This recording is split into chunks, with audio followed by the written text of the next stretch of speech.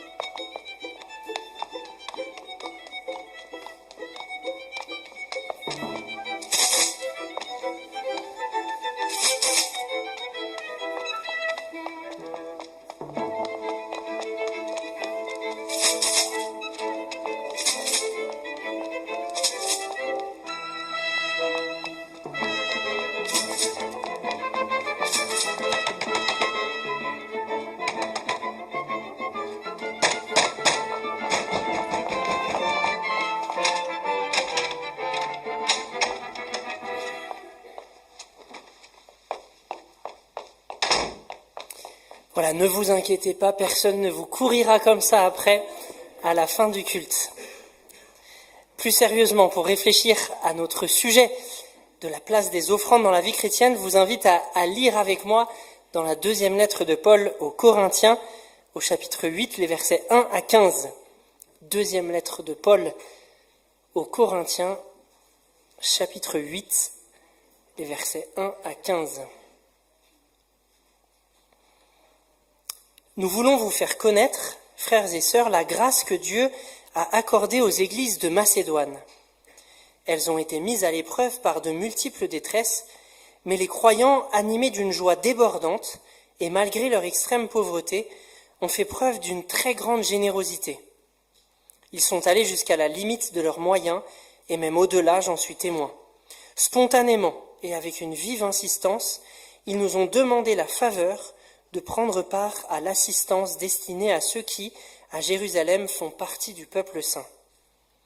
Dépassant toutes nos espérances, ils se sont tout d'abord donnés eux-mêmes au Seigneur, et ensuite, conformément à la volonté de Dieu, ils se sont mis à notre disposition. Aussi avons-nous encouragé Tite à mener à bonne fin chez vous cette œuvre de générosité qu'il avait si bien mise en train. Vous êtes riches dans tous les domaines, qu'il s'agisse de la foi, de la parole ou de la connaissance, du zèle en toutes choses ou de l'amour qui de notre cœur a gagné le vôtre. Cherchez donc aussi à exceller dans cette œuvre de générosité. Ce n'est pas un ordre que je vous donne, mais en mentionnant le zèle que d'autres ont déployé, je cherche à éprouver l'authenticité de votre amour. Car vous savez comment notre Seigneur Jésus-Christ a manifesté sa grâce envers nous. Lui qui était riche, il s'est fait pauvre pour vous, afin que par sa pauvreté, vous soyez enrichis.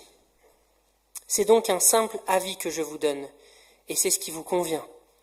En effet, n'avez-vous pas été les premiers dès l'an dernier, non seulement à agir, mais à prendre l'initiative de ce projet?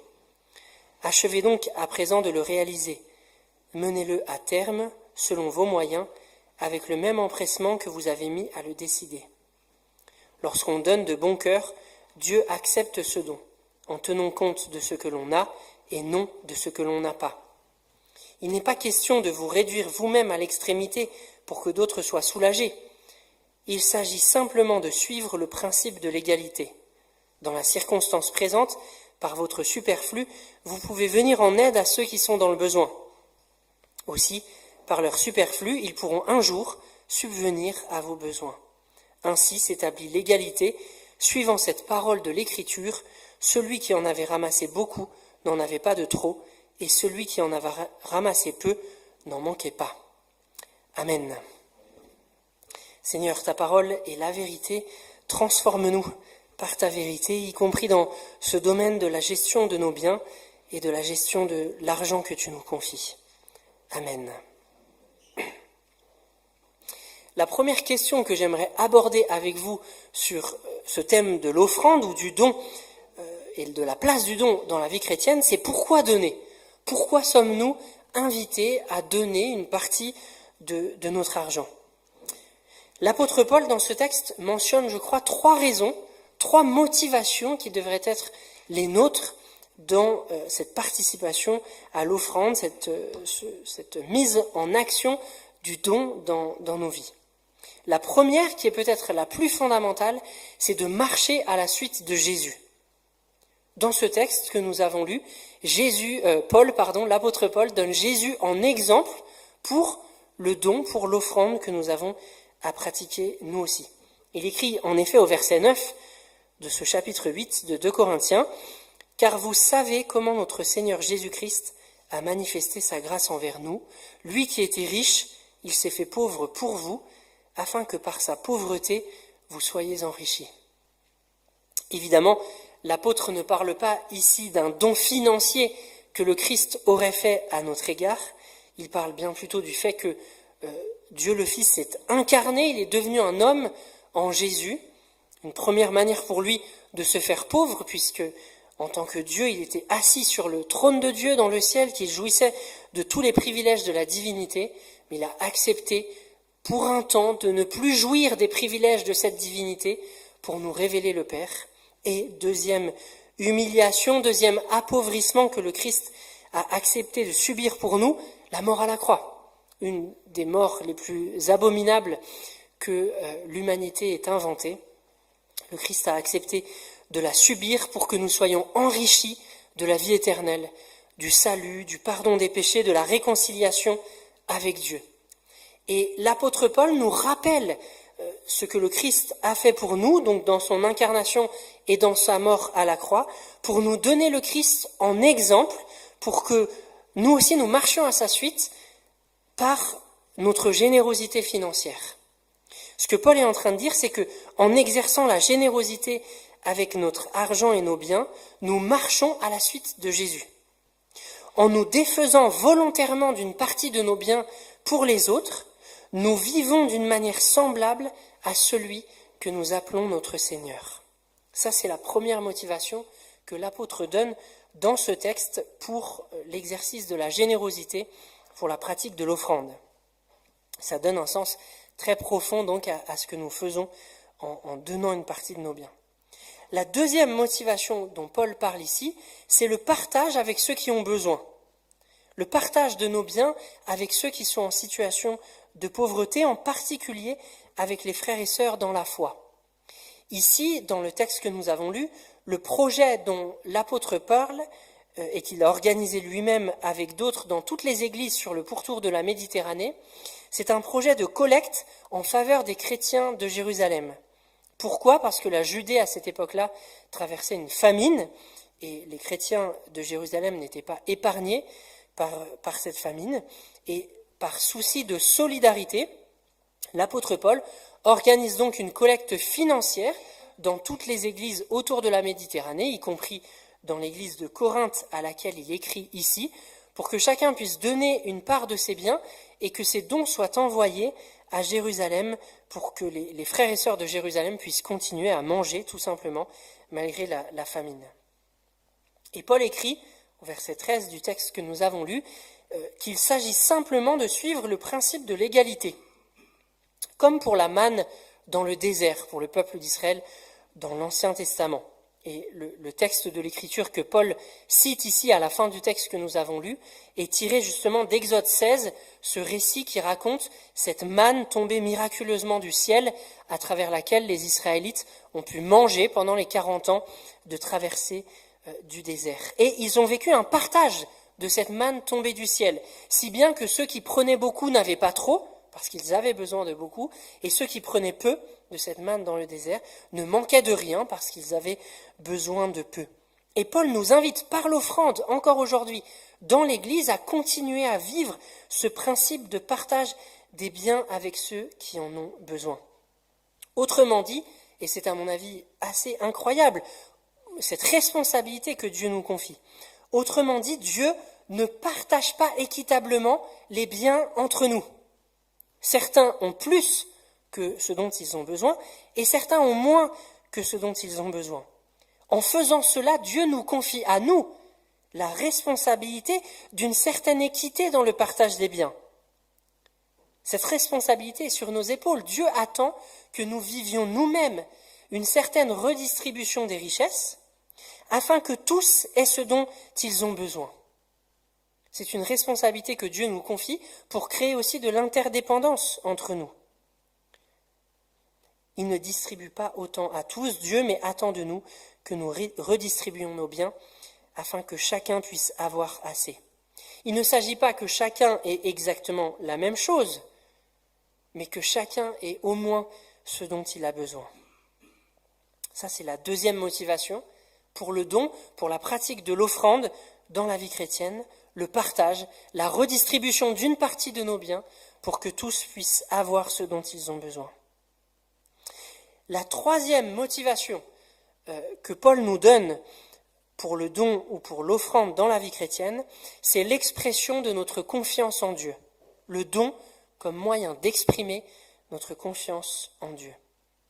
Au chapitre suivant, que nous n'avons pas lu, mais où Paul continue de parler de ce projet, de cette collecte en faveur des chrétiens de Jérusalem, il y consacre donc 2 chapitres de sa lettre, c'est dire l'importance de ce projet pour l'apôtre. Au chapitre 9, donc, au verset 8, il écrira « Dieu a aussi le pouvoir de vous combler de toutes sortes de bienfaits. Ainsi, vous aurez en tout temps et en toute chose tout ce dont vous avez besoin. » Ce n'est pas ici de la théologie de la prospérité. Paul n'écrit pas, absolument pas, il ne demande pas aux chrétiens de donner dans l'espoir de recevoir plus. Il ne demande pas de donner dans l'espoir de devenir riche, mais il rappelle que nous pouvons donner parce que Dieu prend soin de nous. C'est l'idée que le don devient ainsi une expression de notre confiance en Dieu. Je peux redonner une partie de mes biens sans avoir peur de manquer, parce que j'ai confiance que Dieu prendra soin de moi. Et que je peux donc me défaire volontairement d'une partie de mes biens en toute confiance, parce que Dieu est le bon berger qui permettra que, en tout temps et en toute chose, j'ai ce dont j'ai besoin, malgré le fait que je me sois volontairement défait d'une partie de mes revenus. Par le don devient donc aussi un chemin de liberté vis-à-vis de l'argent.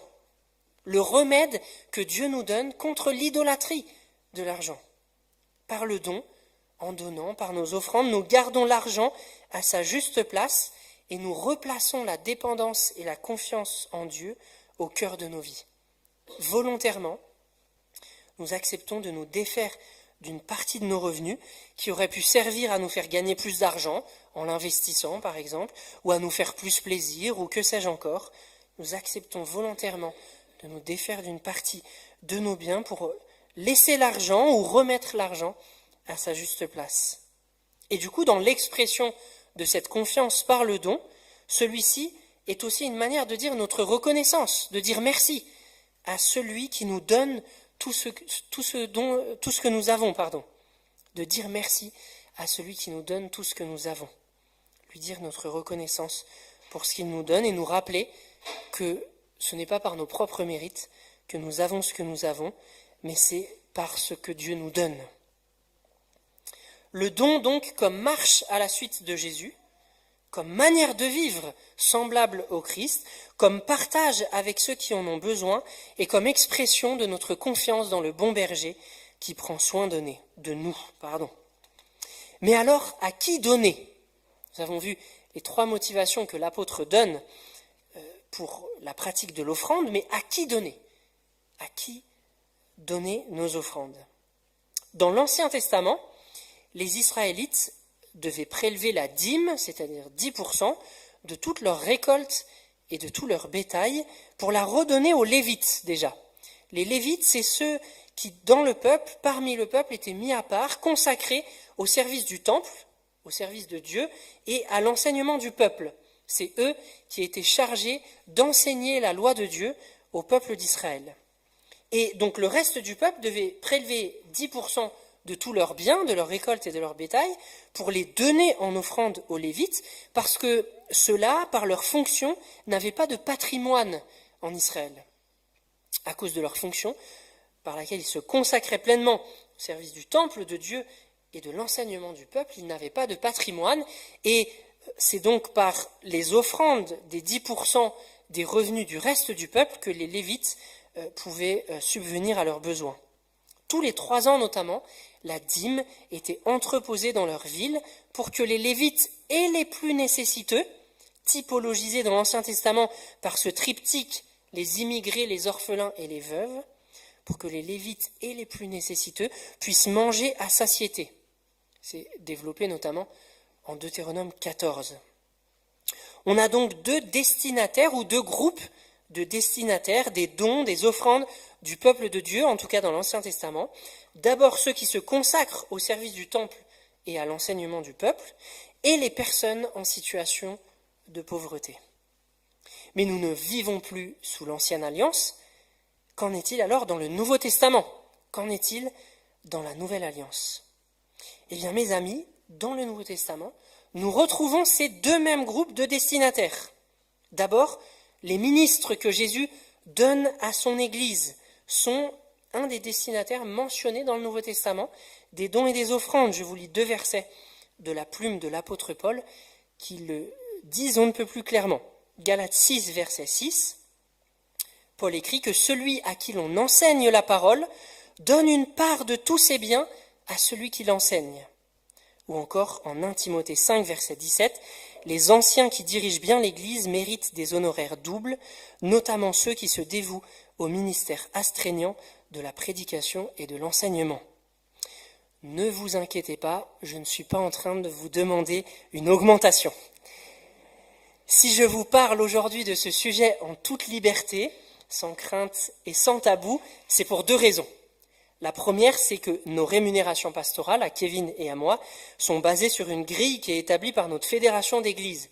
Et je ne suis pas du coup devant vous, ni aujourd'hui, ni aucun autre jour, en posture de négociation de mon salaire, qui me permet donc de vous parler de ce sujet librement.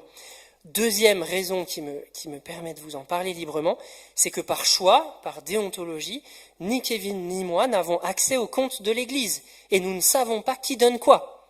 Et c'est par choix. Seul Emmanuel, notre trésorier, a accès aux comptes et sait, en tout cas pour ceux qui donnent par chèque ou par virement, qui donne quoi. Mais Kevin et moi, nous ne le savons pas et nous n'avons pas à le savoir.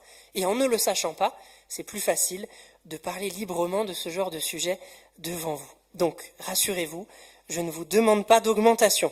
Ce que je veux simplement souligner ici, à la suite des 2 versets que j'ai lus dans le Nouveau Testament, c'est qu'on retrouve bien, dans le Nouveau Testament comme dans l'Ancien, le don comme moyen de rémunération du ministre du culte. La participation à la rémunération des pasteurs par l'offrande n'est donc pas qu'une disposition pratique, organisationnelle, logistique, mais c'est aussi un acte cultuel, un acte spirituel, un acte d'adoration dont nous parle le Nouveau Testament. L'offrande fait donc pleinement partie de la vie chrétienne. Ce n'est pas juste un truc pratique pour faire tourner l'association de l'Église, ça fait partie de la vie des disciples du Christ. Mais si cela est vrai pour les ministres que Jésus donne à son Église, c'est vrai aussi pour le soutien des plus démunis. On retrouve aussi les plus démunis comme groupe destinataire des dons chrétiens dans le Nouveau Testament. Et ça, on l'a vu dans le texte de 2 Corinthiens 8 que j'ai lu tout à l'heure. Au verset 14, Paul écrivait « Dans la circonstance présente, par votre superflu, vous pouvez venir en aide à ceux qui sont dans le besoin. » Dans le contexte toujours donc de la collecte en faveur des chrétiens de Jérusalem. Cette générosité en faveur des plus démunis, on peut la vivre aujourd'hui encore en faisant des dons à notre association sociale, à l'Abège de Lyon par exemple, qui, comme on l'a entendu lors des annonces, œuvre donc pour une 30aine de familles du quartier à travers la distribution de colis alimentaires le samedi matin et œuvre en faveur des sans-abri le jeudi soir à travers les maraudes. J'attire tout de même votre attention sur le fait qu'en 2 Corinthiens 8, le texte que nous avons lu, la générosité dont il est question est internationale. Paul écrit à l'église de Corinthe, qui se situe donc dans la Grèce actuelle, pour des frères et sœurs pauvres à Jérusalem, en Judée. Il est question, dès l'église primitive, de l'organisation d'une générosité internationale entre les chrétiens et les églises. Comment la vivre aujourd'hui ? Il y aura évidemment beaucoup d'exemples à donner, mais j'en mentionne juste un ou deux. Il est possible pour nous encore aujourd'hui de vivre cette solidarité à l'échelle internationale, par exemple en parrainant un enfant dans un pays défavorisé ou en soutenant un projet de développement via l'association du CEL, cette association d'entraide protestante qui brasse des millions d'euros avec un contrôle par un cabinet d'audit extérieur. Donc c'est tout à fait bien géré et la manière dont l'argent est géré est contrôlée par un cabinet extérieur. C'est un gage de sérieux. Paul tenait aussi au sérieux de la gestion des offrandes. Il en parle dans la suite du texte que nous avons lu. Il est important que nous aussi, encore aujourd'hui, nous soyons sérieux dans cette gestion. En tout cas, l'association du CEL, pour laquelle vous pouvez faire des dons en ligne, permet à nous aussi de vivre cette solidarité à l'échelle internationale par le parrainage d'enfants, par le soutien de projets de développement, par les fonds d'urgence qu'ils mettent aussi en place lorsqu'il y a des catastrophes dans un pays défavorisé. On a donc vu pourquoi donner et à qui donner. Mais demeure la question de combien donner. Combien donner ? Faut-il donner la dîme, les 10%, comme on l'entend souvent, et comme c'était le cas très clairement dans l'Ancien Testament, j'en ai déjà parlé tout à l'heure. Les 10% étaient effectivement la règle dans l'Ancien Testament, dans l'Ancienne Alliance. Mais il est très intéressant que dans le Nouveau Testament, dans le cadre des dons dans l'Église, le Nouveau Testament ne réutilise jamais le mot dîme. Dans le Nouveau Testament, le mot dîme n'est jamais repris. Donc la question des 10% n'est jamais reprise pour les dons ou les offrandes dans le cadre de l'Église. Les termes qui sont employés dans le Nouveau Testament, c'est les mots dons ou les mots offrandes. Notez d'ailleurs que le mot offrande nous rappelle qu'il s'agit bien du coup d'un acte cultuel, d'un acte spirituel et encore une fois pas simplement d'une disposition pratique, logistique pour la vie de nos associations. Mais ces termes-là, dons, offrande, ne disent rien du montant à donner. Alors que le mot dîme fixait le montant à 10%, les mots dons et offrande laissent le montant libre, en réalité à la responsabilité de chacun.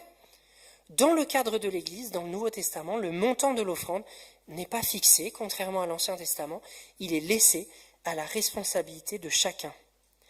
Et l'attitude ou les termes qui sont employés pour décrire ce don ou cette offrande sont ceux donc de la joie et de la liberté. Au chapitre 9, après le texte que nous avons lu, au verset 7, Paul écrit « Que chacun donne comme il l'a résolu dans son cœur », vous voyez, responsabilité personnelle de chacun, « que chacun donne comme il l'a résolu en son cœur, sans tristesse ni contrainte, car Dieu aime celui qui donne avec joie. » Ça peut donc être 5% des revenus, ou 2%, ou 3%, mais ça peut également être 20%, ou 10%, peu importe. Le montant n'est pas fixé, il est laissé à la responsabilité de chacun avec cette exhortation à décider dans la prière devant Dieu du montant de ces revenus que l'on va redonner et de le faire donc dans la liberté et dans la joie, sans tristesse ni contrainte. Que chacun donne ce qu'il veut avec joie, sans se réduire à la détresse, écrit Paul. C'est-à-dire que chacun doit examiner combien il va redonner en fonction de ses moyens et sans se réduire lui-même à la détresse. En tout cas, peu importe le montant de ces revenus que l'on redonne, ce que Paul nous dit ici, c'est qu'être chrétien, c'est vivre en dessous de ses moyens. Être chrétien, c'est vivre en dessous de ses moyens.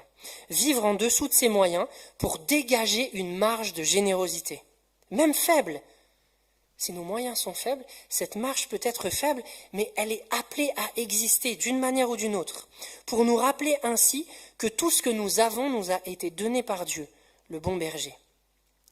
Vivre en dessous de ses moyens pour se garder de l'idolâtrie de l'argent, pour partager ses biens avec les ministres donnés par Jésus à son Église et avec les plus démunis. Si l'offrande est bien cela, si l'offrande est bien cet acte d'adoration envers Dieu, elle ne peut pas consister à faire le fond de ses poches ou à donner à ce qui reste en fin de mois.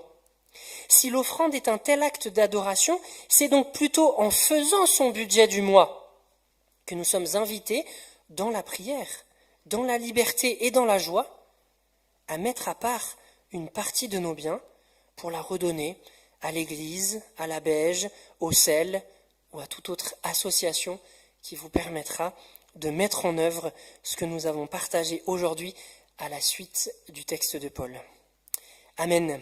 Je vous invite à quelques instants de silence pour recevoir la parole qui a été partagée aujourd'hui. Seigneur Jésus, nous voulons te dire notre reconnaissance ce matin, parce que tout ce que nous avons nous vient de toi.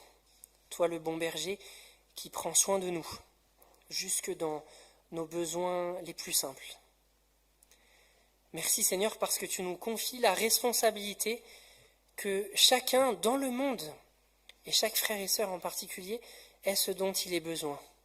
Tu nous confies la responsabilité d'une certaine redistribution de nos richesses, pour que nous puissions dire que tous ont assez pour leurs besoins. Et Seigneur, pardonne-nous parce que trop souvent, nous oublions cette responsabilité que tu nous confies. Donne-nous, Seigneur, de nous en rappeler. Donne-nous de pratiquer le don et l'offrande comme un acte spirituel, comme un acte chrétien, comme un acte d'adoration, à travers lequel nous pouvons aussi te dire notre reconnaissance pour ce que tu nous confies, te dire notre reconnaissance et notre confiance que tu continueras à prendre soin de nous. En ton nom Jésus. Amen.